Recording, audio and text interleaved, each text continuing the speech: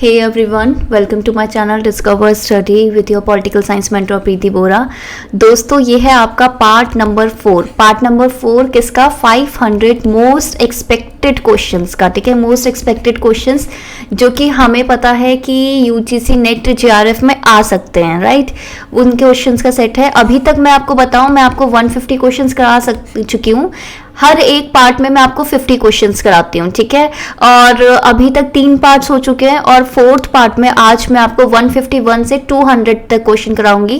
And कल आपका Saturday है, तो सैटरडे में आपको सारी पीडीएफ आपको मिल जाएगी विथ लिंक्स। एंड आप प्रैक्टिस करना, ठीक है। सैटरडे संडे आपका एक ही काम है, जितनी भी चीज़ें की पीडीएफ मिल रही है आपको, आप सिर्फ उसको प्रैक्टिस करते जाना, ठीक है।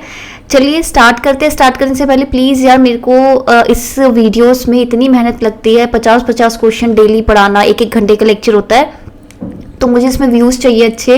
कमेंट करके मुझे सबके कमेंट्स आने चाहिए, मुझे मार्क्स पता चलने चाहिए सबके, क्योंकि जो यहाँ पे मुझे मार्क्स नहीं बताएगा मैं उसको पर्सनली मैं मैसेज नहीं करूँगी, ठीक है। मैं उसको पर्सनली बिल्कुल कुछ रिप्लाई नहीं करूँगी।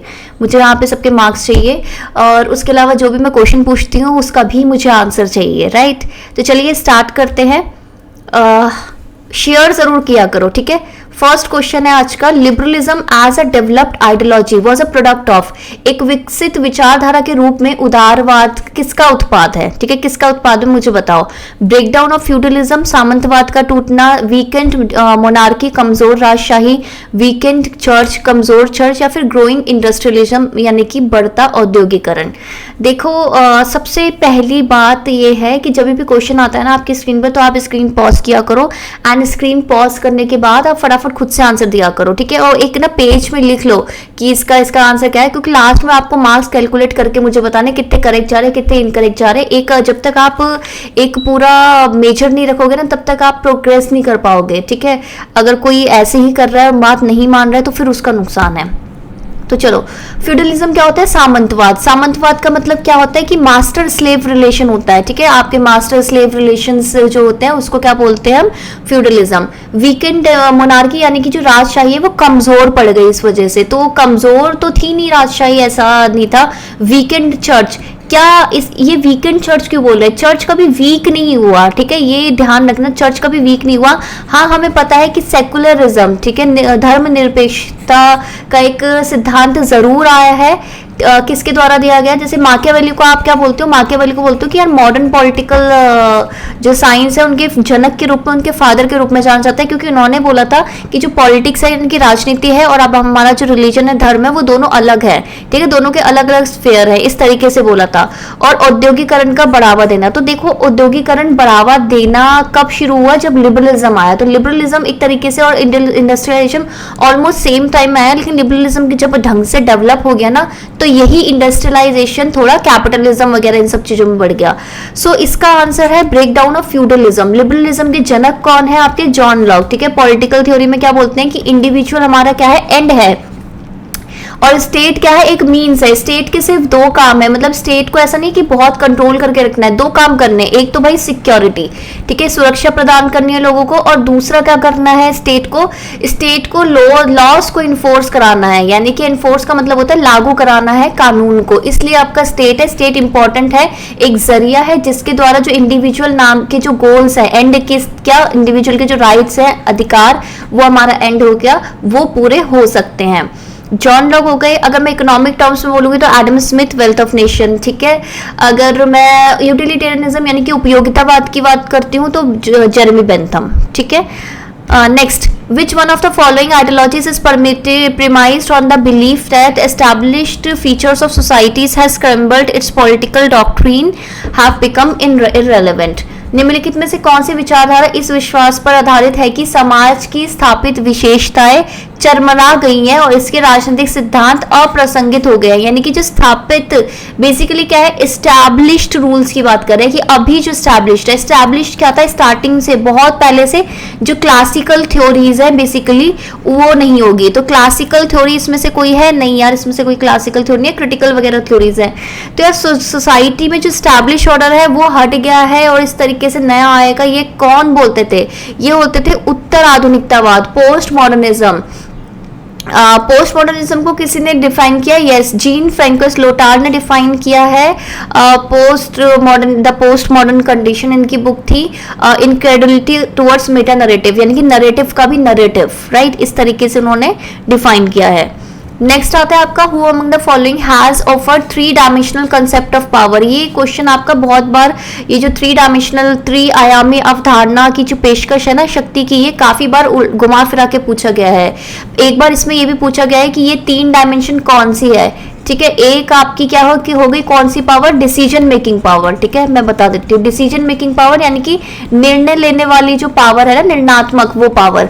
दूसरी कौन सी? नॉन डिसीजन वाली पावर होती है, जिसमें डिसीजन नहीं लेना पड़ता, एक तरीके से अपना इन्फ्लुएंस बोल लो, ठीक है, एक तरीके से आपका इन्फ्लुएंस यानी कि प्रभाव कैसा है वो देखने के लिए। और तीसरा क्या होता है? तीसरा होती है आइडियोलॉजिकल, यानी कि आपकी विचारधारा, ठीक है, विचारधारा वाली जो पावर होती है कि यार सब लोग फॉलो कर रहे हैं, एक विचारधारा प्रोमिनेंट है, जैसे कि हमने कोल्ड वॉर में देखा था।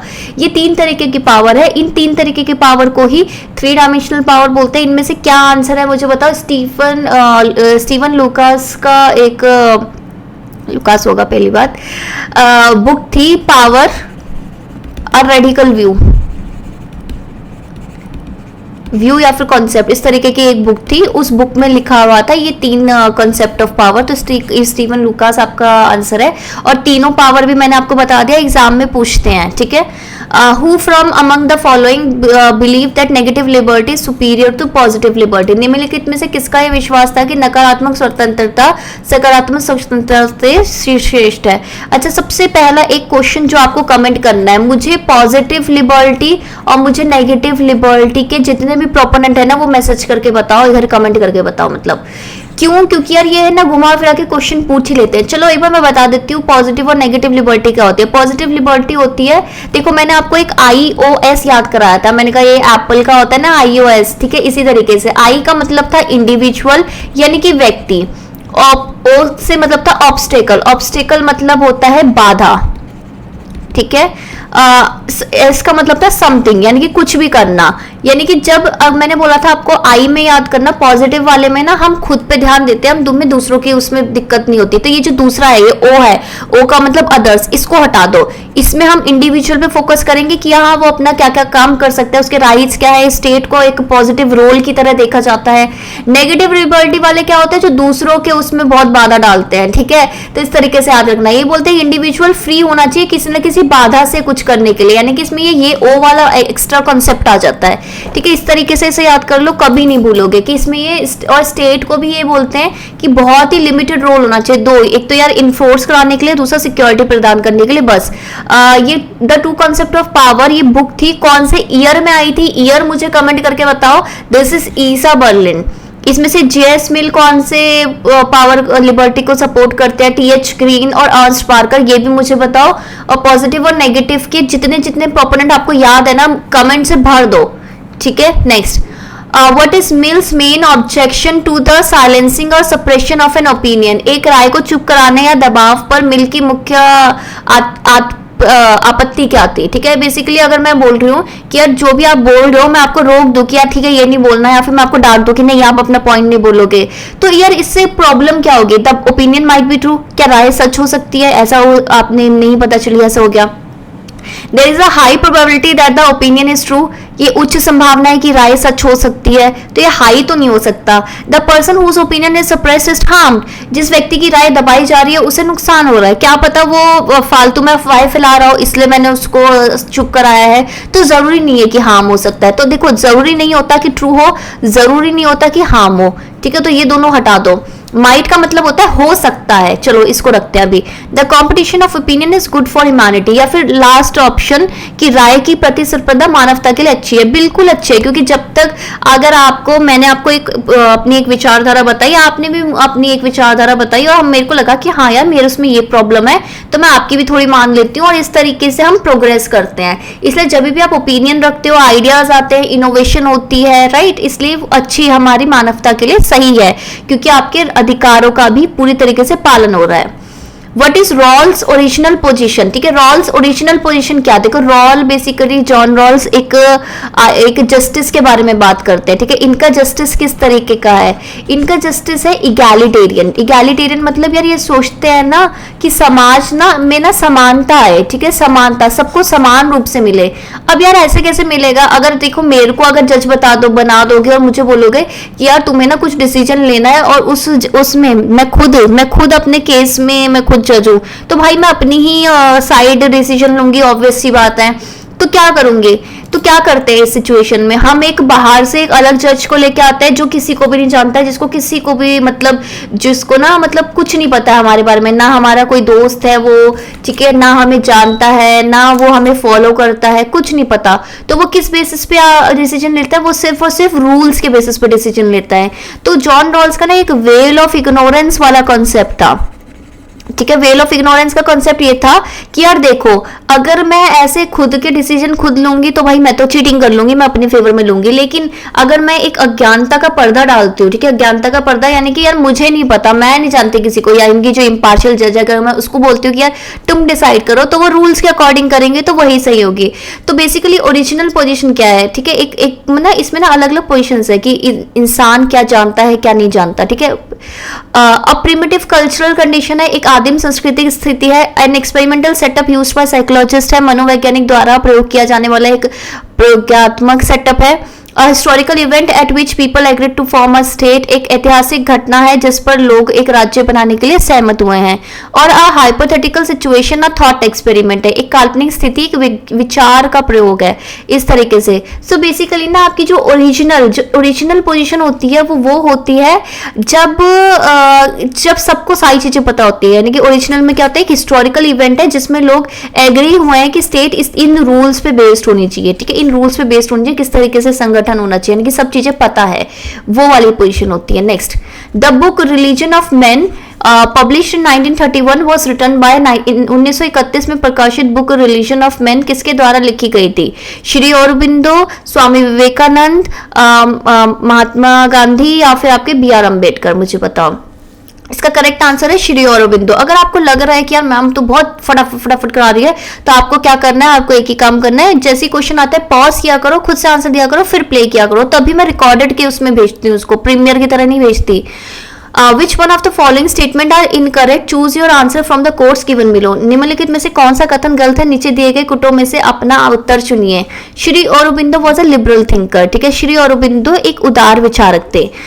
M N Roy enunciated radical humanism, M N Roy ने कट्टरपंथी मानवता का प्रतिपादित किया था। Jawaharlal Nehru was a crusader against imperialism, Jawaharlal Nehru साम्राज्यवाद के खिलाफ एक योद्धा थे। JP Narayan promoted Marxist revolution, JP Narayan ने मार्क्सिस्ट क्रांति को बढ़ावा दिया था। मुझे बताओ कि कौन सी स्टेटमेंट गलत है। तो फर्स्ट ऑफ ऑल ये जेपी नारायण मार्क्सिज्म को फॉलो नहीं करते थे, हाँ सोशलिज्म को फॉलो करते थे, बट सोशलिज्म में भी डेमोक्रेसी हो, यानी कि आपका लोकतंत्र के साथ ये क्या बोलते हैं समाजवाद की बात करते थे। तो डी तो हमारा डेफिनेटली गलत है, तो डी देखो इन दोनों में डी नहीं है, इसको हटा दो, यानी कि ए तो गलत होगा, ठीक है। लिबरल थिंकर थे, नहीं लिबरल थिंकर नहीं थे, क्योंकि 1910 तक उनका जो 1910 तक उनका पॉलिटिकल पूरा रहा है, उसके बाद वो थोड़ा स्पिरिचुअल हो गए। स्पिरिचुअल में उन्होंने इंडिया के कल्चर, योगा वगैरह वो सारी चीजें बात करी है, मतलब बेसिकली हल्का बहुत कंजर्वेटिव का मिक्सचर बोल लो, लिबरल का मिक्सचर बोलो, बहुत सारे मिक्स्ड एक तरीके से आइडियोलॉजी देखने को मिलती है। रेडिकल ह्यूमैनिज्म यानी कि कट्टरपंथी मानवतावाद एम एन रॉय का था, बिल्कुल था। जवाहरलाल नेहरू ने इंपीरियलिज्म के खिलाफ आवाज उठाई थी, बिल्कुल उठाई थी, ठीक है। तो बी वाला आपका सही है, तो इसको हटा दो और यह है आपका बी ऑप्शन, ठीक है। Next, which of the following are not books written by doctor B R Ambedkar, choose your answer given, ठीक है। इनमें से कौन सी किताब बी आर अम्बेडकर द्वारा नहीं लिखी गई है। अब अगर इनके द्वारा नहीं लिखी गई है तो किसने लिखी है ये भी आप मुझे बताओ। स्लेवरी किसने लिखी है, स्लेवरी बुक किसने लिखी है मुझे बताओ। लाइफ डिवाइन किसने लिखी है ये मुझे बताओ। हिंद स्वराज, हिंद स्वराज का तो ईयर तक पूछ लिया है, वो किसने लिखी है मुझे बताओ। तो ए बी सी तो किसी ने इन्होंने नहीं लिखी। बी आर अम्बेडकर ने एनिलेशन ऑफ कास्ट लिखी है, उसका भी मुझे ईयर बताओ कमेंट सेक्शन में, ठीक है। ईयर मैं हमेशा तुमसे ही पूछती हूँ क्योंकि फर्स्ट ऑफ ऑल मुझे खुद भी इतने ज्यादा ईयर याद नहीं रहते, ठीक है, लेकिन इनके पता है, डोंट वरी, क्योंकि बहुत ही फेमस है। और दूसरी बात ये होगा कि तुम्हारा पेपर है ना, तो जितनी बार तुम ईयर को लिखोगे ना, अगर मैम ने पूछा लिखोगे, बार बार लिखोगे, अगर दे नहीं रखा फटाफट सर्च करोगे तो ज्यादा याद रहेगा। Next, select the incorrect statement, इसमें से गलत स्टेटमेंट मुझे बताओ। Mohammad Iqbal supported two nation theory, Mohammad Iqbal ने टू नेशन थ्योरी का समर्थन किया था, बिल्कुल किया था। Doctor Ambedkar chairs the drafting committee of the constituent assembly, doctor Ambedkar ने संविधान सभा की मसौदा समिति के अध्यक्ष बने थे, ठीक है। नेक्स्ट है Deendayal Upadhyay was founder member of the Bharatiya Janata party, Deendayal Upadhyay भारतीय जनता पार्टी के संस्थापक सदस्य थे। और चौथा है Mahatma Gandhi wrote the book Hind Swaraj, ठीक है। सो ऑब्वियसली बात है, ये सही है, ये सही है, ये सही है। ये फाउंडर मेंबर नहीं थे लेकिन ज्वाइन जरूर की थी उन्होंने, ठीक है। कौन थे फाउंडर मेंबर, क्या एसपीएम थे, कौन थे मुझे बताओ। और भारतीय जनता पार्टी कौन से ईयर में बनी थी। एक है आपकी जनता पार्टी, ठीक है, और एक है भारतीय जनता पार्टी, दोनों अलग है, ठीक है। और मुझे दोनों का ईयर बताना है और दोनों के फाउंडर। और यार पेपर आपका है तो पेपर आपका है तो प्लीज कमेंट किया करो। जो क्वेश्चन मैं पूछती हूँ अगर आप नहीं मुझे बताओगे तो भाई किस तरीके से आप प्रैक्टिस कर रहे हो, फिर ये सेशन अटेंड करने की जरूरत नहीं है। मतलब साफ सीधी बात है कि अगर सेशन अटेंड कर रहे हो तो सीरियसली होके करो। अगर सेशन में कुछ होमवर्क देती हूँ कि यार ये रिवाइज कर लेना तो करो। ये मैं क्यों कमेंट करवा रही हूँ, क्योंकि मेरे को ये है कि यार इसके थ्रू ना आप ये थोड़ा थोड़ा पढ़ लोगे, और ये अगर पढ़ लोगे रिवाइज कर लोगे, यही तो इंपॉर्टेंट टॉपिक्स हैं, इन्हीं पे तो क्वेश्चन आ सकता है, क्योंकि देखो टॉपिक तो लिमिटेड ही है। Which one of the following statement is incorrect, इनमें से कौन सी स्टेटमेंट गलत है। Pakistan under Jiya ul Haq is an example of military dictatorship, ठीक है। पाकिस्तान जो कि जिया उल हक के अंदर थे वो मिलिट्री डिक्टेटर यानी कि सैन्य तानाशाही का एक उदाहरण है। Myanmar is an example of democratic state, आज की कंडीशन के हिसाब से बताना, म्यांमार लोकतांत्रिक राज्य का एक उदाहरण है। Germany under Hitler is an example of fascist state, ठीक है। हिटलर के अंदर जर्मनी फांसीवाद राज्य का एक उदाहरण है। और Cuba is an example of totalitarian state, कि क्यूबा अधिनायकवाद का एक उदाहरण है। तो मैं आपको बताती हूँ कि जो जिया उल हक है बेसिकली ये मिलिट्री वो जनरली थे, बेसिकली इन्होंने पार्टी मतलब तख्ता पलट किया था, तख्ता पलट नहीं मतलब बेसिकली ये मिलिट्री डिक्टेटरशिप के उसमें आते हैं, ये बिल्कुल सही है। म्यांमार डेमोक्रेटिक स्टेट का एग्जाम्पल है, क्योंकि म्यांमार का मैं स्टेट का नेचर बोल रही हूँ, बट प्रेजेंट सिचुएशन में आप सोचोगे कि यार उधर तो मिलिट्री वाले बार बार आ जाते हैं ये सब, तो यार वो नहीं पूछा मैंने, अभी का नहीं पूछा, अभी ये पूछ रहे हैं कि ये जो पूरी स्टेट है उसके संदर्भ में पूछ रहे हैं। जर्मनी हिटलर के अंदर फासिस्ट नहीं नाजी, ठीक है, नाजिज्म थे। फासिस्ट देखो नाजिज्म होता है कि सिंगल लीडर की जो पे बेस्ड होता है, सिंगल लीडर हो गया, प्योर रेस के हिसाब से कि यार एक प्योर वर्ण हो, जैसे कि बोलते थे ना कि आर्यंस प्योर है, बाकी जूस वगैरह को इन सबको मतलब डिटेंशन कैंप में मारते थे, इस तरीके से बहुत सारी चीजें होती थी। नाजिज्म में सिंगल लीडर है, उन्हीं की आइडियोलॉजी चलेगी, इस तरीके से स्टेट की पावर। लेकिन फासिज्म में क्या होता है, फासिज्म में स्टेट की आइडियोलॉजी होती है, ठीक है, ये डिफरेंस है, स्टेट को इंपॉर्टेंस देते हैं। फासिस्ट इटली है, फासिस्ट इटली का एग्जांपल है, राइट। क्यूबा में टोटलिटेरियनिज्म है, और अभी भी अगर आप बोलोगे तो सिंगल पार्टी गवर्नमेंट चलती है वहां पे, ठीक है, सिंगल पार्टी की बेसिकली होता है। तो इस तरीके के आपका क्वेश्चन आ सकते हैं। Next, in recent years welfare state is gradually diminishing, ठीक है। हाल के वर्षों में कल्याणकारी राज्य धीरे धीरे कम हो रहे हैं, ठीक है। क्यों? क्योंकि due to globalization the sovereignty of the state is at stake, ठीक है। वैश्वीकरण के कारण राज्य की संप्रभुता कम है। सो सबसे पहली बात, ये जो वेलफेयर स्टेट है क्या ये कम हो रही है? बिल्कुल भी नहीं। वेलफेयर स्टेट का कॉन्सेप्ट तो बढ़ रहा है। क्यों बढ़ रहा है? क्योंकि मोस्टली स्टेट डेमोक्रेसी को अपना रही है, यानी कि लोकतंत्र को अपना रही है। और लोकतंत्र में होता है कि लोगों की गवर्नमेंट है तो लोगों के लिए काम भी करेगी, क्योंकि अगली बार उनको वोट लेके आना भी है। सो बेसिकली जो हमारी असर्शन है ना वही गलत है।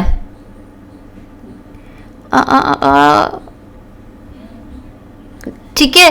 और ग्लोबल असर्शन गलत है। नेक्स्ट, ग्लोबलाइजेशन यानी कि वैश्वीकरण के कारण जो स्टेट की सोवरेनिटी है, क्या वो स्टेक पे है, क्या वो दाव पे है? बिल्कुल नहीं, क्योंकि हमेशा अगर तुम अभी कितना भी बोल लो कि स्टेट ग्लोबलाइज्ड हो गया, उसकी सोवरेनिटी ये वो, लेकिन स्टेट की सोवरेनिटी, ठीक है, स्टेट की सोवरेनिटी वैसे भी ज्यादा मतलब है रादर देन ग्लोबलाइजेशन। आपको पता है कि स्टेट को ज्यादा इंपॉर्टेंस मिली है, तभी तो हम बोलते हैं कि इंटरनेशनल रिलेशन क्या है, अनार्किकल है, अनार्की है, अराजकता है, इसलिए बोलते हैं, राइट। तो दोनों ही आपके गलत हैं। Next, which of the following statement is a not correct description of theory of peace, ठीक है। निम्नलिखित में से कौन सा कथन शांति के सिद्धांत को सही से विवरण नहीं करता? It shift the focus of international relation away from interstate levels of analysis, ठीक है। ये अंतरराष्ट्रीय संबंधों का ध्यान विश्लेषण की अंतरराष्ट्रीय स्तर से हटा देते हैं। It leads to a broad conception of social relation at individual, domestic and global level of analysis. यह विश्लेषण के व्यक्तिगत, घरेलू और वैश्विक स्तरों पर सामाजिक संबंधों की व्यापक अवधारणा की ओर ले जाते हैं। It seeks to deconstruct the narratives of the state, international system and other actors in international politics. ये अंतर्राष्ट्रीय राजनीति में राज्यों, अंतर्राष्ट्रीय प्रणालियों और अन्य अभिनेताओं के आख्यानों को फिर से बनाने का प्रयास करते हैं। It connects the study of war and peace with economic inequality, gender relation and cross cultural understanding, ठीक है। ये युद्ध और शांति के अध्ययन को आर्थिक असमानता, लिंग संबंधों के साथ क्रॉस सांस्कृतिक समझ के साथ जोड़ते हैं। तो थ्योरी ऑफ पीस, आपको पता है ना, डेमोक्रेटिक पीस थ्योरी, ठीक है, लोकतांत्रिक शांति का जो सिद्धांत है, ये किसने दिया था? आपको पता होगा, माइकल डॉयल, ठीक है। इन्होंने, ये डी है, ठीक है, अरे यार, डॉयल, ठीक है, माइकल डॉयल। तो इन्होंने क्या बोला था कि देखो, जितनी ज्यादा डेमोक्रेसी होगी, देखो डेमोक्रेसी आपकी यानी कि लोकतंत्र, ये जितना ज्यादा होगा उतनी ज्यादा आपका शांति होगी। शांति कैसे होगी? क्योंकि यार लोगों के द्वारा चुना जाएगा ये सारी, और जितनी शांति होगी उतनी डेमोक्रेसी, यानी कि जैसे जैसे डेमोक्रेसी बढ़ती जाएगी वैसे वैसे थोड़ी शांति बढ़ती जाएगी। क्यों? क्योंकि लोग मसले जो डिस्प्यूट है वो शांति से निपटाएंगे, क्योंकि अदरवाइज बहुत सारे रिसोर्सेस लगते हैं। दूसरा क्या है कि एक दूसरे के साथ कोऑपरेशन यानी कि सहयोग करेंगे। सो इसमें मैंने बोला कि कौन सा गलत डिस्क्रिप्शन है कि इंटरनेशनल अवे करता है क्या इंटरस्टेट रिलेशन को? सो फर्स्ट ऑफ ऑल कि ये अवे करता है कि नहीं करता, आपको पता होना चाहिए, बताओ फटाफट। दूसरा, ये ब्रॉड कॉन्सेप्ट है, इंडिविजुअल, डोमेस्टिक और ग्लोबल एनालिसिस को इकट्ठा जोड़ता है, तो ये तो भाई सही है। अगर ये सही है तो इन दोनों को हटाओ। अब ये दो ऑप्शन बच गए। डी कंस्ट्रक्ट का मतलब होता है गिराना, तो ये यार स्टेट, इंटरनेशनल सिस्टम और एक्टर्स को, इन सबको हटाता तो नहीं है ना, ठीक है, ये सब फिर से बनाने का प्रयास तो नहीं करता भाई, ये गलत है, ये ओनली थर्ड आएगा। और चौथा है कि पीस कैसे होगा? पीस ऐसे होगा जब समानता होगी, जेंडर रिलेशन इक्वल होगा, कल्चरल में रिस्पेक्ट देंगे एक दूसरे को, टॉलरेंस होगी, तो ये भी बिल्कुल सही है, ठीक है। Next, The clash of civilization and the new world order predict an ideological shift of post-Cold War period from, पहली बात तो clash of सैमुअल हंटिंगटन, इन्होंने कितने सिविलाइजेशन की बात की है? 9 की सिविलाइजेशन की बात की है। कौन से ईयर में आई है ये मुझे बताओ? 1990s में आई है। सभ्यता का संघर्ष और नई विश्व व्यवस्था शीत युद्ध के बाद की अवधि में एक वैचारिक बदलाव की भविष्यवाणी करते हैं, ठीक है। कौन सी भविष्यवाणी की? पोस्ट कोल्ड वॉर में अभी कैसा सिस्टम है और फिर बाद में कैसा होगा, क्या से क्या चेंज होगा, इसके बारे में क्वेश्चन पूछा है आपसे। लास्ट उसमें भी मैंने क्लैश ऑफ सिविलाइजेशन का एक क्वेश्चन लिया था।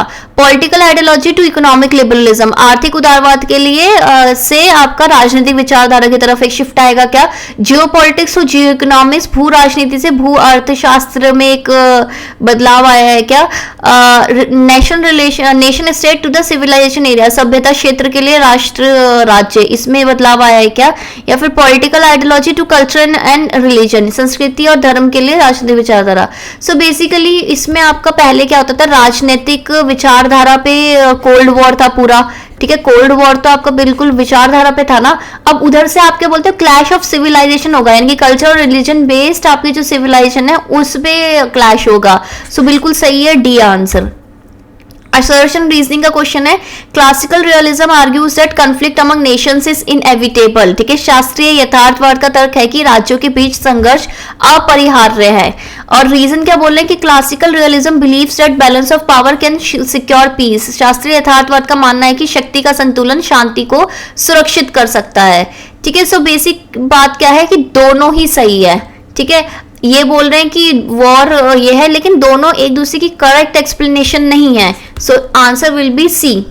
Next, which of the following is not true. इनमें से कौन से गलत स्टेटमेंट है मुझे बताओ। Security dilemma is an important paradox of the state system. सुरक्षा दुविधा राज्य व्यवस्था का एक महत्वपूर्ण विरोधाभास है। Arms race increases insecurity of state. हथियारों की दौड़ से राज्यों की असुरक्षा बढ़ती है। Arms control is a solution. शस्त्र नियंत्रण एक समाधान है। Standing armies contribute to security of all. ठीक है, स्थायी सेनाएं सभी की सुरक्षा में योगदान देती हैं। राइट, तो मुझे बताओ इनमें से कौन सा गलत है स्टेटमेंट। देखो, सिक्योरिटी डिलेमा, यार मुझे डर लग रहा है कि यार कोई साथ वाला बहुत ज्यादा हथियार वगैरह बना रहा है, तो मुझे लगता है ना कि यार मेरे बॉर्डर पे क्या पता मतलब हमारे लिए सही नहीं है, तो यार ये इंपॉर्टेंट तो है। तो फर्स्ट नॉट ट्रू पूछा है तो उसमें फर्स्ट तो नहीं होना चाहिए। अरे यार हमारा आंसर ही आ गया। ठीक है, आर्म्स कंट्रोल करके और स्टैंडिंग आर्मी लगा के हमारा कुछ दिक्कत नहीं होगी। मेन बात क्या होती है, हमें ट्रस्ट बिल्डिंग करना। ठीक है, ट्रस्ट बिल्डिंग करो। ठीक है, कॉपरेशन करो। ठीक है, टॉक्स, नेगोशिएशन, समिट्स, ये सब हमारा सॉल्यूशन होता है पीसफुल पीस अगर लेके आना है तो। Next, which of the following statement is true. इनमें से कौन सी जो कथन है वो सही है। The UNCLOS uphold the idea of freedom of sea. ठीक है, यूएनएससी ये जो अनक्लॉज है ये समुद्र की स्वतंत्रता विचार को कायम रखता है। दूसरा, अनक्लॉज set the limit of territorial water at 20 nautical miles from base line. ठीक है, ये क्या बोलते हैं कि जो आपकी देखो 3 डेफिनेशन होता है। Territorial water, exclusive economic zone जिसको आप EEZ बोलते हो, और तीसरा होता है कि ये कॉन्टिगुअस जोन। इन तीनों की क्या क्या लिमिट्स है। तो टेरिटोरियल वाटर बेस लाइन से आपका 12 नॉटिकल माइल्स है, तो ये गलत लिखा हुआ है। कॉन्टिगुअस जोन आपका 24 नॉटिकल माइल्स है। ठीक है, और ये ऐसा नहीं है कि फ्रीडम ऑफ सीज को स्पेशली अगर ये इधर मेंशन होता ना तो अभी इधर south China sea, east China sea ऐसे डिस्प्यूट्स नहीं हो रहे होते। So exclusive economic zone 200 nautical mile है बेस लाइन से। ठीक है, ये याद रखना। Next, Who elects the judge of the International Court of Justice। ठीक है, अच्छा ये अनक्लॉज वाली जो ट्रीटी है वो 1982 में आई थी। राइट, अंतरराष्ट्रीय न्यायालय के न्यायाधीश के चुनाव कौन करता है मुझे बताओ। UNGA, UNGN, UNSC या फिर UNSC और इकोसॉक, मुझे बताओ।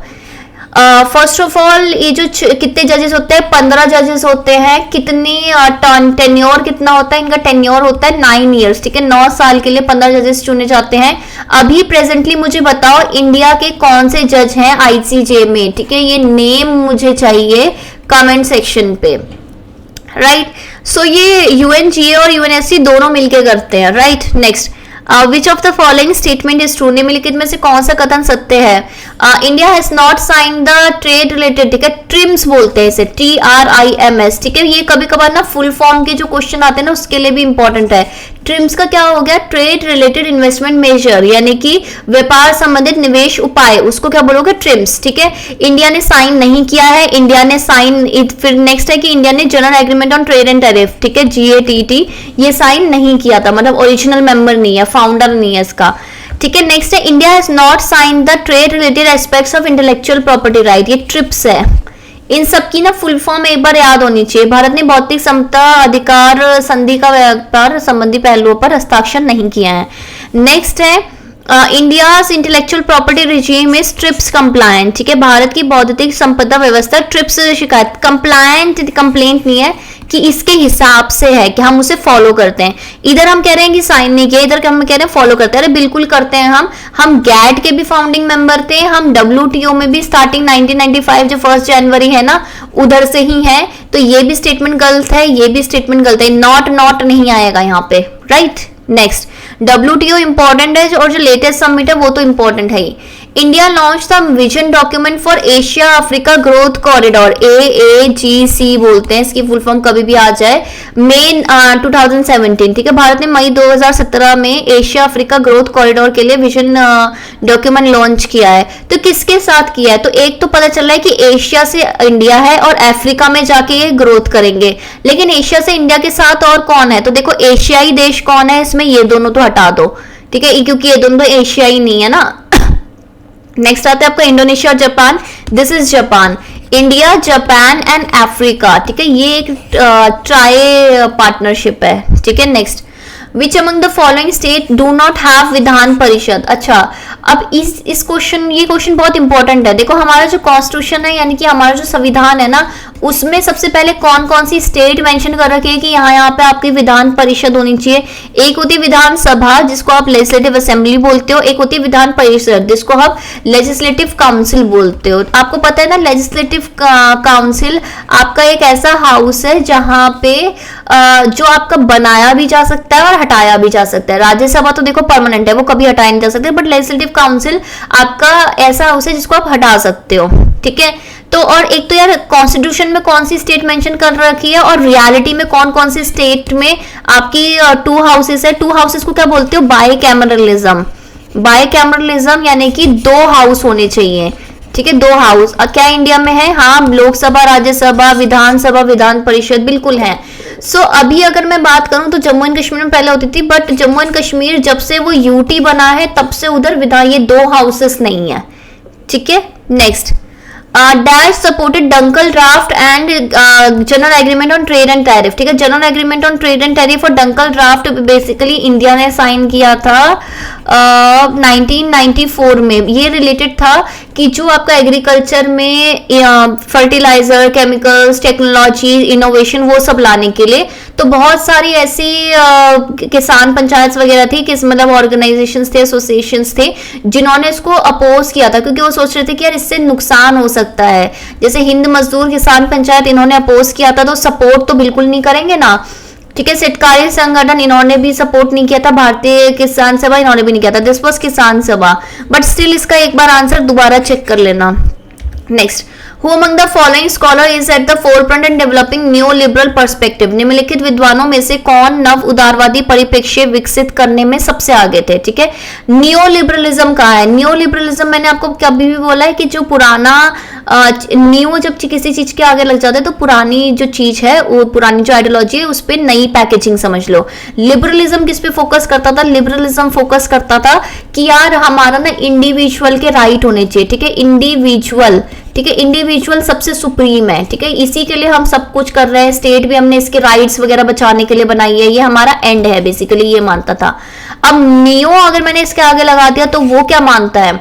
तो देखो पहले क्या हुआ था ना कि लिबरलिज्म आया, लिबरलिज्म के बाद आपका पॉजिटिव लिबरलिज्म आया, फिर वेलफेयर लिबरलिज्म आया, फिर नियो, ठीक है। पॉजिटिव देखो, लिबरलिज्म वाले में ना स्टेट को ना आप ना लिमिटेड मानते थे कि यार स्टेट लिमिटेड है, ज्यादा इंटरफेयर नहीं करे, ये सब करे। और पॉजिटिव वाले में स्टेट को पॉजिटिव रोल मांगने लग गए।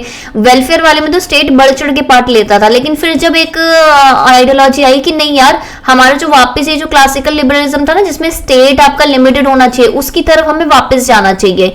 लेकिन इसमें नए एक्टर्स भी आ चुके थे अभी तक, जैसे कि इंडिविजुअल, इंटरनेशनल ऑर्गेनाइजेशंस हो गए, ठीक है, काफी मूवमेंट्स हो गए, नए एक्टर्स भी आ चुके थे। तो नियो में वही है कि इंडिविजुअल को इंपॉर्टेंस मानते हैं, बट न्यू एक्टर्स हैं, ठीक है, रोल ऑफ स्ट्रक्चर है, रोल ऑफ सिस्टम है, नया सिस्टम है, वो सारी चीजें हम ध्यान रखते हैं। और स्टेट को हाँ इतना भी ज्यादा लिमिटेड नहीं करते, थोड़ा limited, right. So this is Friedrich von Hayek, ठीक है। Next, who has described the new emerging regulatory regime as a Schumpeterian warfare state, ठीक है। नई उभरती नियामक व्यवस्था को शुम्पेटरियन वर्कफेयर स्टेट के रूप में किसने वर्णित किया? सबसे पहले शुम्पेटर, ठीक है, जोसेफ शुम्पेटर किस चीज के को सपोर्ट करते थे? ये पार्टिसिपेटरी, ठीक है, पार्टिसिपेटरी थ्योरी मतलब भागीदारी जो सिद्धांत है ना आपका डेमोक्रेसी का, लोकतंत्र का, उसको सपोर्ट करते थे। साथ ही साथ ये इलीट थ्योरी को भी सपोर्ट करते थे बेसिकली, ठीक है। और उसके साथ वर्कफेयर स्टेट, ठीक है, वेलफेयर मतलब एक तरीके से स्टेट का वेलफेयर, लोगों को पार्टिसिपेट किस तरीके से करना चाहिए, ये सारे इस सब चीजों को कौन सपोर्ट करता है, किसने बोला है कि नया जो रेगुलेटरी रिजिम है ना वो इस तरीके का है कि लोग पार्टिसिपेशन भी करते हैं, प्रॉपर अपने व्यूज भी रखते हैं और साथ के साथ जो स्टेट है ना उसके साथ काम करते हैं, एक वेलफेयर स्टेट भी है। तो ये बोला है बॉब जेसॉप ने, ठीक है। Next, Who introduced the concept of knowledge worker and knowledge based organization? ज्ञान कार्यकर्ता यानी कि जिनको स्किल्स और नॉलेज बेसिस पे काम हो एंड ज्ञान आधारित संगठन की अवधारणा किसने पेश की थी? जोसेफ कोर्स, वॉरेन बेनिस, पीटर ड्रंकर या फिर क्रिस आर्गरेज? तो correct answer is Peter Drucker. 1960s में करी थी ये वाली चीज कि नॉलेज वर्कर और नॉलेज बेस्ड संगठन है। पीटर ड्रंकर ने और भी चीज करी थी, क्या वो फंक्शंस ऑफ एग्जीक्यूटिव है या फिर सिस्टम थ्योरी का कुछ है, ये मुझे कमेंट सेक्शन में लिख के बताओ, ठीक है। 25 क्वेश्चन हो गए हैं और अभी तक जो भी लोग देख रहे हैं अगर उन्होंने लाइक नहीं किए और कमेंट नहीं कर रहे हैं तो भाई बिल्कुल एक्टिव हो जाओ, अभी से करना शुरू करो, ठीक है। Next, Mary Parker Follett was criticized for उनकी आलोचना क्यों होती थी एमपी फॉलेट की? Ignoring the concept of her time, कि वो अपने समय की चिंताओं को अनदेखा करती थी। Not interpreting social contract content of organization scientifically, वैज्ञानिक रूप में संगठन की सामाजिक सामग्री की व्याख्या नहीं करती थी। हर thesis on depersonalization of order, ठीक है, आदेश के प्रति रूपण पर उनकी थीसिस, ठीक है। Drawing distinction between power over and power with के बीच अंतर। तो क्रिटिसाइज यानी कि आलोचना क्यों करते हैं? क्योंकि उनका ना जो सोशल कंट्रैक्ट था ना वो बेसिकली साइंटिफिकली सही नहीं था। बेसिकली जो इनका इंटीग्रेशन वाला कॉन्सेप्ट था ना कि देखो बोलते हैं कि जो डिस्प्यूट है वो 3 तरीके से सॉल्व हो सकते हैं। एक, या तो मैं तुमको डांट के बोल दूं कि भाई ये काम कर ले। दूसरा है कि थोड़ा बहुत मैं बात कर लूं, नेगोशिएशन कर लें, कॉपरेट कर लें, ठीक है, हम दोनों। लेकिन कॉपरेशन भी कौन कितना करता है। तीसरा इंटीग्रेशन, कि खुल के अपने व्यूज रखो और आगे काम करो। तो ये कहते हैं ये प्रैक्टिकल नहीं है। लोग इसको बोलते थे कि यार ये प्रैक्टिकल नहीं है, ये साइंटिफिक प्रैक्टिकल नहीं है, तो इसका मतलब साइंटिफिक नहीं है, राइट, इसलिए होता था थोड़ा दिक्कत। The citizens charter is based on the following principle, नागरिक चार्टर निम्नलिखित सिद्धांतों पर आधारित है, किस पे? Wide publicity on the standards of performance of public agencies, सार्वजनिक एजेंसियों के प्रदर्शन के मानकों के व्यापक प्रचार पे। अश्योर्ड क्वालिटी ऑफ सर्विसेज, आपकी सेवाओं की सुनिश्चित गुणवत्ता होनी चाहिए। एक्सेस टू इन्फॉर्मेशन होनी चाहिए, सूचना तक पहुंचना होना चाहिए। सिंप्लीफाइड ग्रीवेंस रिड्यूसल यानी कि सरलीकृत शिकायत निवारण होना चाहिए। तो सिटीजन चार्टर लोगों के लिए है, क्यों? ताकि स्टैंडर्ड मिले उनको, अच्छी क्वालिटी की सर्विस मिले, इंफॉर्मेशन मिले, जो प्रॉब्लम है वो सॉल्व हो, तो सारी चीजें सही हैं, ठीक है। सिटीजन चार्टर तुम आज रीड करोगे, ठीक है, आज का होमवर्क है, इसको रीड करोगे। नागरिक जो चार्टर है इसको रीड करोगे आज, ठीक है।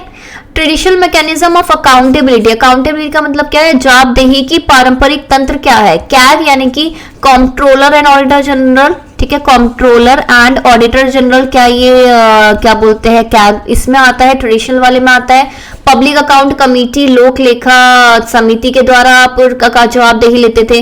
Corruption controlling agencies like central vigilance commission, भ्रष्टाचार केंद्रीय सतर्कता आयोग जैसे कि नियंत्रित एजेंसी, क्या ये सब चीजों से हम जवाबदेही ले रहे, मतलब कि जवाबदेही लेने के क्या माध्यम थे? और सोशल ऑडिट, ठीक है, सामाजिक लेखा प्रशिक्षा। सो बेसिकली अकाउंटेबिलिटी तो हमें सब में मिलती है, लेकिन मैंने पूछा है ट्रेडिशनल यानी कि पारंपरिक। जो सोशल ऑडिट है वो मेरा नॉन ट्रेडिशनल है, यानी कि आपका गैर पारंपरिक है, नया कॉन्सेप्ट है, तो इसमें डी नहीं होगा, ए बी सी होगा, right. Next, number of social accountability initiatives are undertaken in different parts of the world which are as follows. दुनिया के विभिन्न हिस्सों में सामाजिक जवाबदेही के कई पहल की गई है जो इस प्रकार है कि जैसे कि किस तरीके से जवाबदेही ली जाती है। पार्टिसिपेटरी बजट एनालिसिस, भागीदारी बजट विश्लेषण कर लिया। आपका क्या बोलते हैं, पार्टिसिपेटरी एक्सपेंडिचर ट्रैकिंग, सहभागी व्यय ट्रैकिंग की कितना पैसा कहाँ खर्च हो रहा है पहला में, कि बजट किस तरीके से उसको विशेष कहाँ कहाँ पे जा रहा है। कम्युनिटी स्कोर कार्ड, सामुदायिक स्कोर कार्ड की किस कम्युनिटी को कितना मिल रहा है। सिटीजन रिपोर्ट कार्ड, लोगों से क्या लिया, लोगों से बेसिकली सिटीजन रिपोर्ट कार्ड किस तरीके से, एक तरीके से फीडबैक लिया। तो ये सारे जवाबदेही के तरीके हैं, अलग अलग कंट्रीज में बिल्कुल हैं सारे, ठीक है। Next, democratic deficient concerns with declining levels of citizens trust in political institution. देखो लोकतांत्रिक घाटा बेसिकली ये क्या होता है, हिंदी की जो ट्रांसलेशन है गूगल ट्रांसलेट से किया, अगर कुछ भी गलत हुए तो मेरे को मत बोलना, ठीक है। राजनीतिक संस्थानों में नागरिकों के विश्वास के घटते स्तर, ठीक है, कि लोगों का ट्रस्ट कम हो रहा है पॉलिटिकल राजनीतिक संस्थानों पे।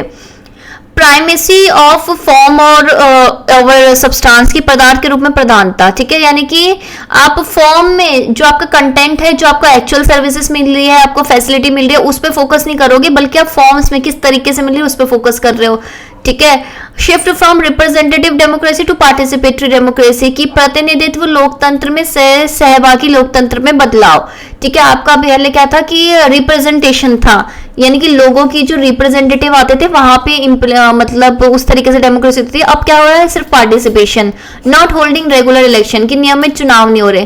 तो डेमोक्रेसी इधर तो अगर चुनाव नहीं हो रहे तो डेमोक्रेसी है ही नहीं, ठीक है, डेमोक्रेसी है ही नहीं, ठीक है। तो डी तो नहीं होगा, तो ए भी सही है। इसमें या तो आप ढंग से पार्टिसिपेट नहीं कर रहे, सही चीजों को नहीं देख रहे, पॉलिटिकल इंस्टीट्यूशन में विश्वास नहीं है, तभी तो आपका डेमोक्रेसी डेफिसिट हो रहा है। नेक्स्ट, सोशल ऑडिट, यानी कि आपका सामाजिक ये जो ऑडिट है, एक तरीके से जवाबदेही का तरीका, उसका मतलब क्या होता है। 4 डेफिनेशन है और मुझे बताना है कि सही मतलब क्या है। A process that enables an organization to access benefits accrued, ठीक है, एक प्रक्रिया जो एक संगठन को अर्जित लाभों का आंकलन करने में सक्षम बनाती है, ठीक है। प्रोसेस, ये ऑर्गेनाइजेशन के हिसाब से बोल रखा है, ठीक है। Measuring the extent to which an organisation lives up to the shared values and committed values, ठीक है। यह मापन कि एक संगठन किस हद तक साझा मूल्य और प्रतिबंध उद्देश्यों पर रहता है, ठीक है, कि जो आपके जो कमिटेड उसने बोला है कि ये करेंगे वो करेंगे, तो वो करता है कि नहीं करता।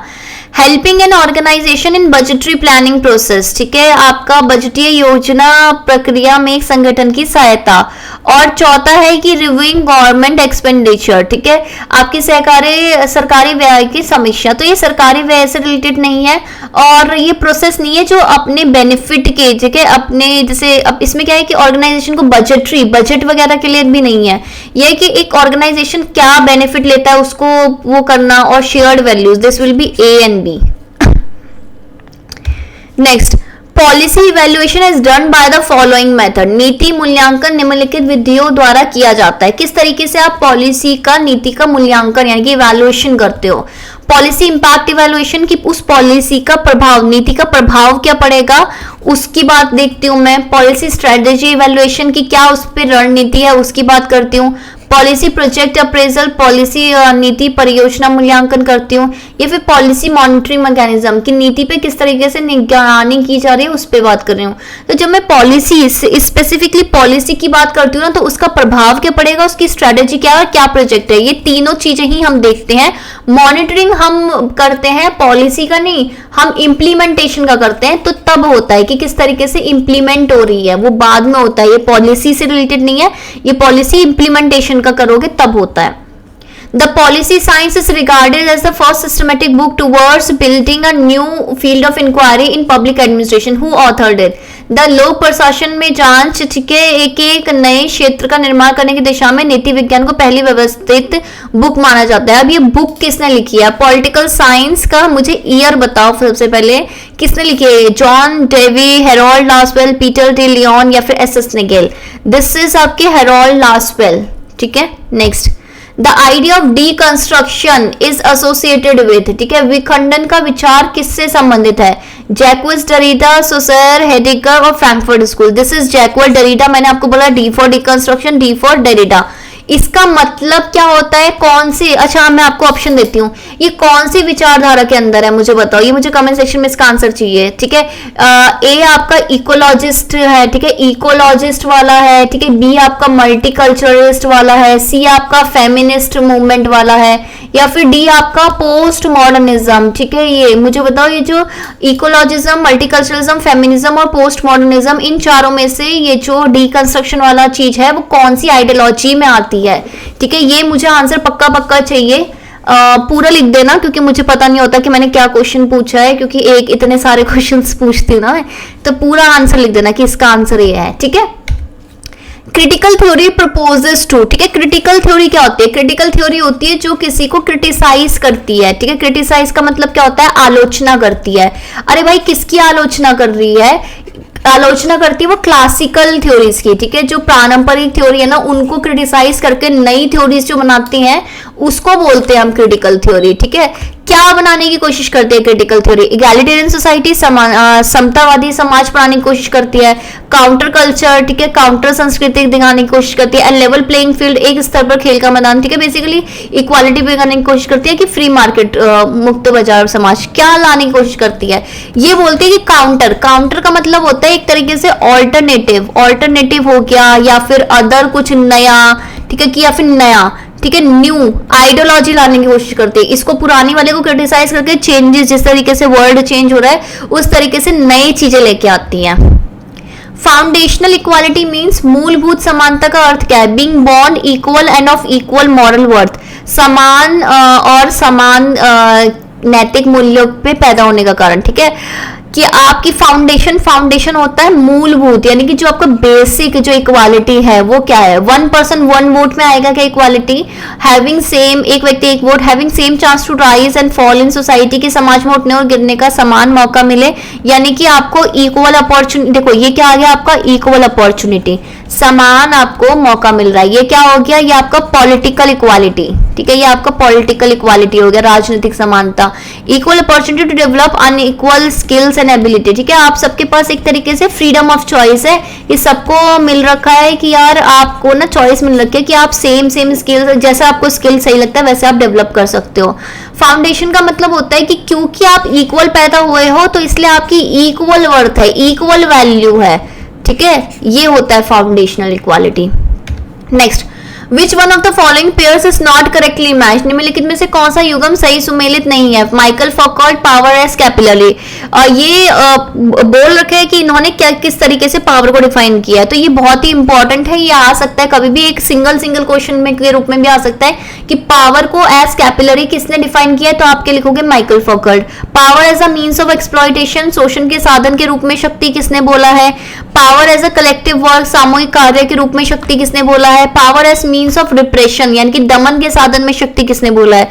सो ये नहीं होगा, क्योंकि स्टीवन लूकास ने रिप्रेशन की बात नहीं की है, स्टीवन लूकास ने 3 टाइप की पावर्स की बात की है, 3D पावर की बात की है, ठीक है, और बेसिकली 3D पावर में decision making, non decision making और आइडियोलॉजिकल, ये 3 पावर है। विच of the following pair is not correct, इनमें से कौन सा जोड़ा सही से मैच नहीं हो रहा? जेएस मिल का क्या है? मॉडर्न लिबरलिज्म, आधुनिक उदारवाद। एरिस्टोटल, न्यू लिबरलिज्म, नया उदारवाद। John Rawls, theory of justice, न्याय का सिद्धांत। माओ जेडोंग, सोशलिस्ट और क्लास स्टेज वॉर, ठीक है। सो आप ही को पता है कि यार एरिस्टोटल न्यू लिबरलिज्म में तो बिल्कुल नहीं आएंगे, न्यू का मतलब हो गया न्यू वाला, तो ये न्यू उस समय तो ये थे ही नहीं, ठीक है। और लिबरलिज्म की अगर मैं बात करती हूँ तो उसके फादर ही आप जॉन लॉक को बोलते हो, और एरिस्टोटल तो बहुत पुराना है, तो ऑब्वियसली यही पुराना, ये मैच नहीं हो रखा ढंग से। सेम क्वेश्चन कि इनमें से कौन सा पेयर सही से मैच नहीं हो रहा? हीगल का आइडिया ऑफ स्पिरिट, आत्मा का विचार। प्लेटो का आइडिया और फॉर्म, ठीक है, ये वाला जो विचार था। माकियावेली का मॉडर्न कॉन्स्टिट्यूशनलिज्म, आधुनिक संविधानवाद, ठीक है। अगर मैं संविधानवाद नॉर्मल बोलूंगी तो आप एरिस्टोटल लगा सकते हो, लेकिन मॉडर्न की बात कर रही हूँ तो माकियावेली, ठीक है। माओ का रियल विल बिल्कुल भी सही नहीं है, क्योंकि रियल विल तो रूसो का है ना। रूसो क्या बोलते हैं? रियल विल कौन सी विल होती है? जो आपकी रैशनल यानी कि तर्क संगत होती है, ठीक है, तर्क संगत वाली जो विल है उसको आप रियल विल बोलते हो। और इन्हीं को, इस सारे लोगों की तर्क संगत वाली विल को अगर मैं ऐड कर दूं तो क्या बनती है? जनरल विल, क्योंकि क्या होती है? सोच समझ के डिसीजन लेते हो तो सही डिसीजन लेते हो। फाइंड द इनकरेक्ट स्टेटमेंट, गलत कथन का पता लगाओ। Shri Aurobindo was a revolutionary leader, Shri Aurobindo एक क्रांतिकारी नेता थे। गलत पूछना है, ठीक है। Mahatma Gandhi satyagraha was meant for the heart transformation of the opponent, Mahatma Gandhi का सत्याग्रह विरोधी के हृदय परिवर्तन के लिए भी था। Periyar promoted rationalism, self respect and women's right, ठीक है, पेरियार ने तर्कवाद, आत्मसम्मान और महिलाओं के अधिकारों को बढ़ावा दिया। V D Savarkar was a champion of composite nationalism, V D Savarkar समग्र राष्ट्रवाद के हिमायती थे। सो ये गलत है, क्योंकि कल्चरल नेशनलिज्म की वो बिल्कुल बात करते थे, लेकिन कंपोजिट किसका है ये आप मुझे बताओगे। Next, who believe that the aggregate of body four body, ठीक है, बोलते थे यार 4 चीजों में मैं विश्वास रखता हूं। एक हमारा शरीर, दूसरा हमारा मन, ठीक है, शरीर, दूसरा हमारा माइंड मन, तीसरा हमारा दिल, ठीक है, हृदय यानी कि हार्ट, चौथा है हमारी सोल यानी कि आत्मा, इंडिविजुअल के बारे में। ये 4 चीजों के बारे में बात करते थे। तिलक, टैगोर, दीनदयाल उपाध्याय या एम एन रॉय, ठीक है, तो इसका आंसर है दीनदयाल उपाध्याय। अब next, according to Deendayal Upadhyay which are the 4 elements of nation. ठीक है, इधर मैंने इंडिविजुअल यानी कि व्यक्ति के 4 चीजों के बारे में बात की थी, इधर मैंने नेशन यानी कि दीनदयाल उपाध्याय के अनुसार राष्ट्र के 4 तत्व की बात कर रही हूँ, तो डिफरेंस है। People who treat their country as mother, common history, common language, धर्म। जो लोग अपने देश को मां मानते हैं, पहला ये सामान्य इतिहास, आम भाषा और धर्म। दूसरा है desire to live together, motherland, common heritage, common language. एक साथ रहने की इच्छा, अपनी मातृभूमि, आम विरासत और आम भाषा। ठीक है, people who treat their country as mother, जो लोग अपने देश को मां मानते हैं, डिजायर टू लिव टुगेदर, साथ रहने की इच्छा करते हैं, धर्म, धर्म को मानते हैं और ideals and values of life, आदर्श और जीवन के मूल्य को मानते हैं। चौथा है डिजायर टू लिव टुगेदर, एक साथ रहने की इच्छा, आम भाषा, कॉमन लैंग्वेज, कॉमन हिस्ट्री, सामान्य इतिहास और धर्म। सो बेसिकली ये बोलते थे नेशन में 4 चीजें होती है। एक कि लोग अपने जो कंट्री है उसको मां मानते हैं, अगर हम ना मानेंगे एक तरीके से, परिवार है तो साथ रहने की बात करेंगे, साथ रहेंगे तो कुछ धर्म की बात करेंगे, धर्म में रहेंगे। ठीक है, धर्म रिलीजन वाला नहीं है, कुछ एक प्रिंसिपल्स ऑफ लाइफ है। चौथा हमारे कुछ आदर्श है, कुछ वैल्यूज है जीवन में, वो समझेंगे। ठीक है, तो ये 4 तत्व हैं। Next, Why did Pandita Ramabai founded आर्य महिला समाज? ठीक है, पंडिता रामाबाई ने आर्य महिला समाज की स्थापना क्यों की थी? To ameliorate the downtrodden women, Dalit महिलाओं को सुधारने के लिए, to give assistance to the widows, विधवाओं को सहायता देने के लिए, टू प्रिवेंट चाइल्ड मैरिजेस, बाल विवाह को रोकने के लिए, to promote women's education and deliverance from the operation of child marriage, बाल विवाह के उत्पीड़न से महिलाओं की शिक्षा और मुक्ति को बढ़ावा देना। सो बेसिकली ये है कि लोगों को मतलब देखो, बाल विवाह से मुक्ति देना और उनको पढ़ाना, बेसिकली इन 2 चीजों के लिए बोला था। और कौन से ईयर में फाउंड आउट किया था ये मुझे बताओ। Who among the following was early central figure in Vedantic nationalist conceptualization against British rule? निम्नलिखित में से कौन ब्रिटिश शासन के खिलाफ वेदांतिक राष्ट्रवादी अवधारणा में एक प्रारंभिक केंद्रीय व्यक्ति थे? ठीक है, मोर इंपॉर्टेंट पर्सन कौन थे?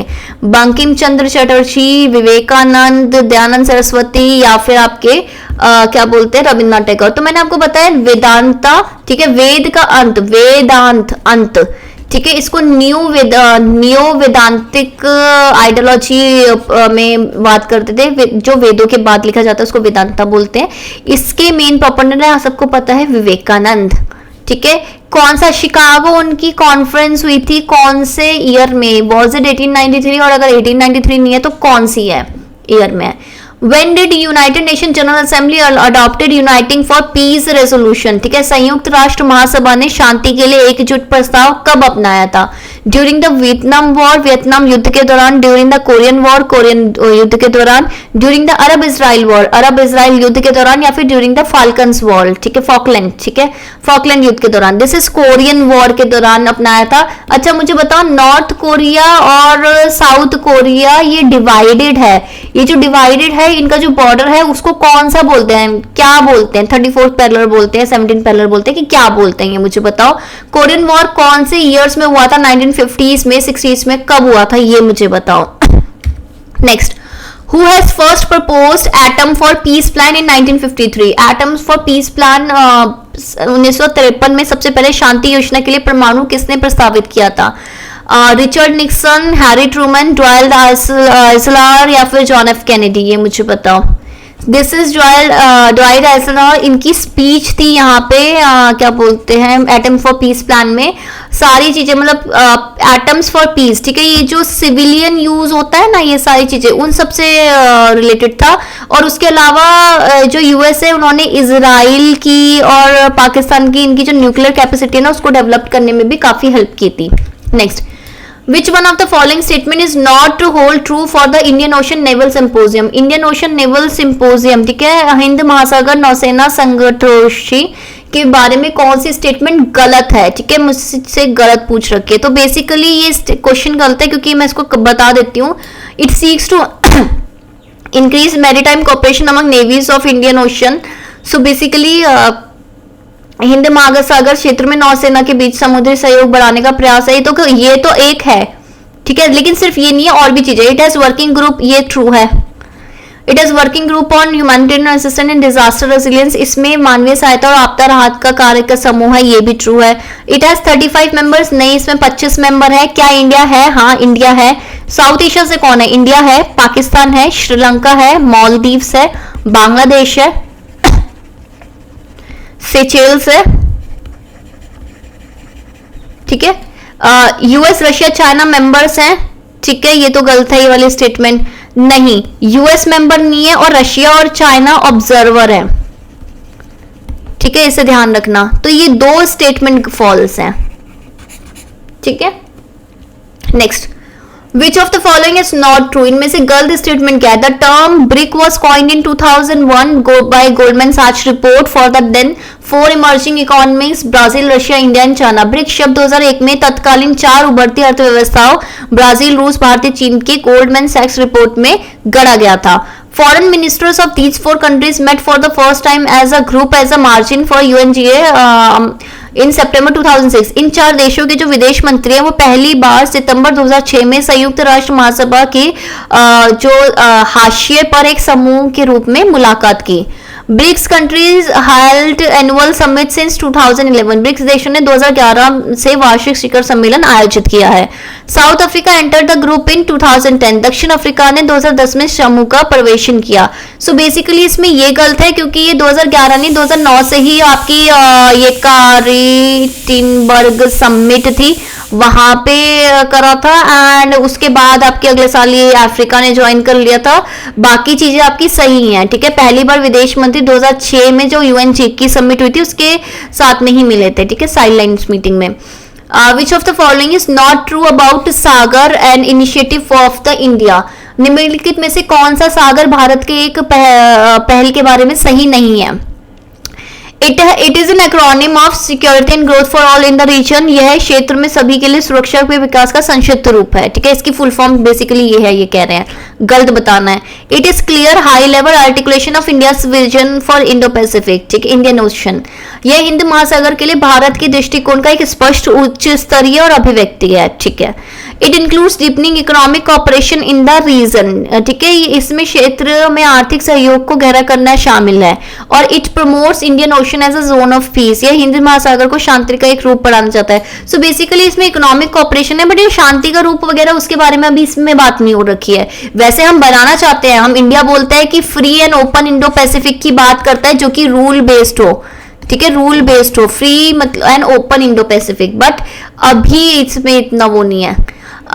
इस वाले पर्टिकुलर्स में मेंशन नहीं है। The following formula in the constitution discusses language issue, ठीक है। संविधान में निम्नलिखित सूत्र में भाषा के मुद्दे पर चर्चा कहां पे की हुई है, मुझे बताओ। नेहरू पटेल फॉर्मूला है, मुंशी अयंगर फॉर्मूला है, गांधी इरविन फॉर्मूला है, या फिर अंबेडकर गांधी फॉर्मूला? ये this is Munshi Ayyangar formula, जिसमें बोल रखा था कि हिंदी को, क्योंकि इंडिया में बहुत सारी भाषा बोली जाती है, तो हिंदी को आपने ऑफिशियल लैंग्वेज का औहदा दे दिया, बट ये नेशनल लैंग्वेज नहीं होगी। ये आपका मुंशी अयंगर फॉर्मूला में बोला गया था, ठीक है। सो ये थे आज के 50 क्वेश्चन। आई होप, देखो जितना मैंने आपसे कमेंट करने के लिए बोला है कि यार ये मुझे आंसर कमेंट करके बताओ, ये पढ़ो, वो आपको कमेंट भी करना है, मुझे आंसर भी बताने हैं।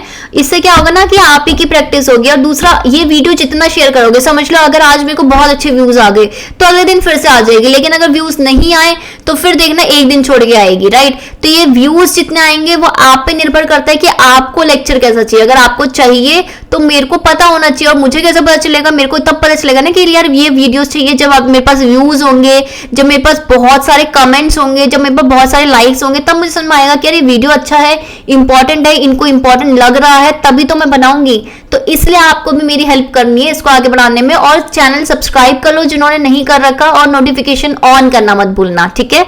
और सैटरडे को सारी पीडीएफ्स मिल जाएगी, डोंट वरी। चलो बाय बाय, टेक केयर, मतलब अच्छे से तैयारी करो, और all the best for your preparation, ठीक है। और ये मुझे इसके आंसर मुझे कमेंट सेक्शन में लिख के बताओ, ठीक है। Bye bye.